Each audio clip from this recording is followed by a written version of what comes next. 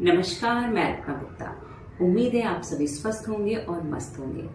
दोस्तों, आज हम बात करेंगे डायबिटीज, लेकिन डायबिटीज में हम बात करेंगे गर्भावस्था में होने वाले शुगर की हम बात करेंगे। बहुत सी महिलाओं को गर्भावस्था के दौरान शुगर हो जाता है, यानी डायबिटीज, उनके रक्त में शुगर की मात्रा बढ़ जाती है और उन्हें पता चलता है कि शुगर हो गया है। तो गर्भावस्था के समय शुगर का होना एक आम समस्या है। हमारे शरीर में ये होने वाला परिवर्तन है, क्योंकि हमारे शरीर के अंदर बहुत सारे परिवर्तन होते हैं जब एक औरत माँ बनने वाली होती है। तो उस समय क्या होता है कि हमारा वेट भी बढ़ता है और गर्भ में हमारे शिशु रहता है। तो कभी कभी ज्यादा वेट बढ़ने से हमारा पेट जब बाहर की तरफ निकलता है तो पैनक्रियाज के ऊपर कहीं ना कहीं दबाव बनता है, जिससे क्या होता है, इंसुलिन का जो स्राव है वो कम हो जाता है। और कभी कभी इंसुलिन का स्राव कम हो जाने की वजह से डॉक्टर ये बोलते हैं कि आपके रक्त में शुगर की मात्रा बढ़ गई है। तो उसमें परेशान नहीं होना चाहिए, क्योंकि गर्भावस्था में शुगर होना एक आम बात है। जैसे ही बच्चा बाहर की तरफ आता है, बच्चे को माँ जन्म दे देती है, उसके बाद वो स्वतः ही समाप्त हो जाता है। लेकिन कभी कभी लोग ज्यादा परेशान हो जाते हैं कि पहले सोच के कुछ महिलाएं ज्यादा परेशान हो जाती है कि हमें शुगर ना हो, या जिन्हें ज्यादा हो गई, जिन्हें शुगर है, उन सभी लोगों के लिए मैं एक वीडियो पहले बना चुकी हूँ कि गर्भावस्था में कौन कौन से आसन करने चाहिए। उन वीडियो को आप हमारे डिस्क्रिप्शन में वो लिंक मिल जाएगा। अगर देखते हैं तो आप वो सारे आसनों का अभ्यास आप करती रहेंगी तो आपको ये समस्या नहीं आएगी। इसके अलावा थोड़े बहुत जो योगा आसन है मैं इस वीडियो में आपको बताऊंगी। तो मेरे इस वीडियो बनाने का यही मतलब है कि गर्भावस्था के दौरान जो डायबिटीज हो उससे आप माताएं परेशान बिल्कुल ना हो। आपको क्या करना है, आप गर्भावस्था के दौरान भी पूरी तरह से मेडिटेशन कीजिए, कम से कम 20 मिनट सुबह और 20 मिनट शाम को। मेडिटेशन करने के बाद आपके हार्मोन्स बिल्कुल बैलेंस रहेंगे, मानसिक शांति मिलेगी और आपको बहुत ही अच्छा फील होगा।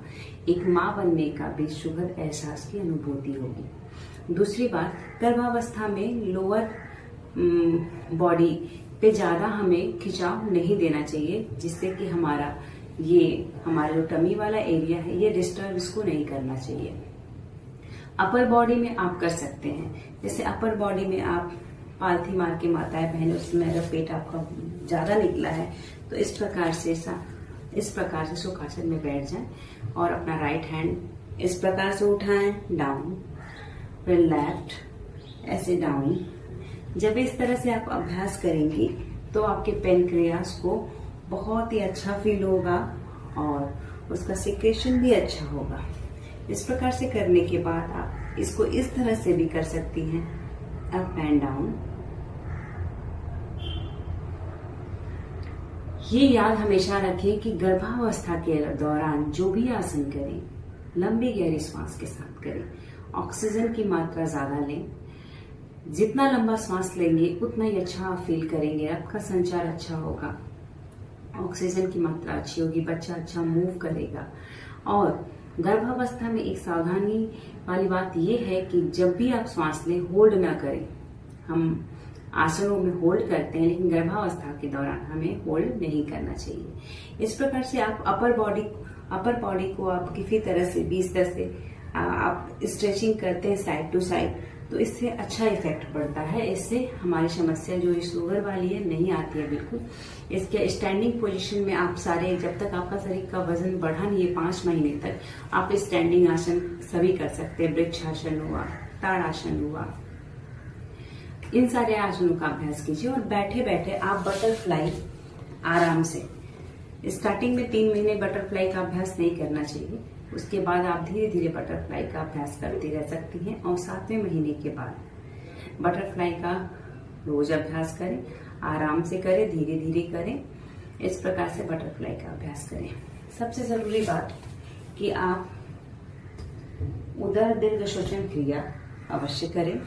इसमें क्या करना है, पीलो को इस प्रकार से लगा करके, इस प्रकार से पीलो इस प्रकार से लगाएंगे कि हमारे कमर के जस्ट नीचे रहे। इस प्रकार से लगाने के बाद हमें इस प्रकार से लेट जाना है। और अपने पैर को भद्रासन में रखना है इस प्रकार से। इस प्रकार से लेटने के बाद हमें पैर को इस तरह से ऊपर उठाना है। Inhale, exhale down. पूरी तरह से स्ट्रेच कीजिए जितना हो सके। फिर इनहेल, एक्सेल डाउन। इस तरह से करने के बाद हम दीर्घ श्वसन करेंगे। इस क्रिया का अभ्यास स्टार्टिंग में आप 10 टाइम, फिर धीरे धीरे आप बढ़ा सकते हैं, लेकिन बहुत आराम से धीरे इस क्रिया को करना चाहिए इस प्रकार से।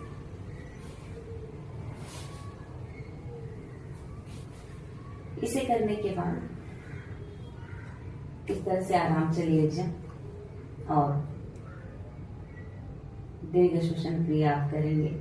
इसमें पेट को गुब्बारे की तरफ फुलाएंगे और छोड़ देंगे। दीर्घ श्वसन करते हुए अपने पैरों को इस स्थिति में भद्रासन में भी रख सकते हैं, लेकिन यदि आपको दर्द महसूस हो रहा है तो अपने पैर को सीधे भी कर सकते हैं इस प्रकार से। इस प्रकार से करने के बाद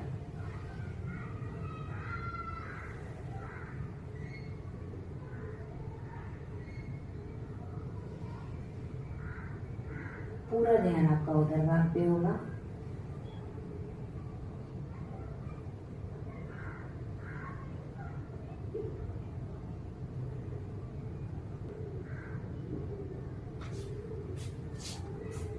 इस प्रकार से इस क्रिया को करने के बाद अनुलोम का अभ्यास करें। इसके बाद आप अनुलोम विलोम का अभ्यास करेंगे।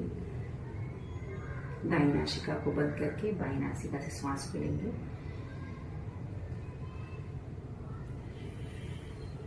और दाईं नासिका से बाहर, पुनः दाईं नासिका से लेंगे, बाईं नासिका से बाहर। ये एक चक्र हुआ। इसी का हम अभ्यास करेंगे अनुलोम विलोम में। मैं बार बार कहती हूँ कि जब भी अनुलोम विलोम करें तो उसमें आप दीर्घ श्वसन क्रिया करें और श्वसन क्रिया ऐसी हो कि बगल में कोई बैठा हुआ व्यक्ति भी ना सुन सके। आप खुद में सुने और खुद में करें। लंबी गहरी सांस लें, बड़े आराम से, प्रेम से, चेहरे पे एक मुस्कान के साथ अनुलोम विलोम का अभ्यास करें। और अनुलोम विलोम का पूरा विस्तार में वीडियो आप डिस्क्रिप्शन बॉक्स में देख सकते हैं, आपको मिल जाएगा। और गर्भावस्था से संबंधित, योगासनों से संबंधित कोई भी अगर आपको सुझाव चाहिए तो आप हमें कमेंट बॉक्स में पूछ सकते हैं, क्योंकि मैं भी एक माँ हूँ। नमस्कार।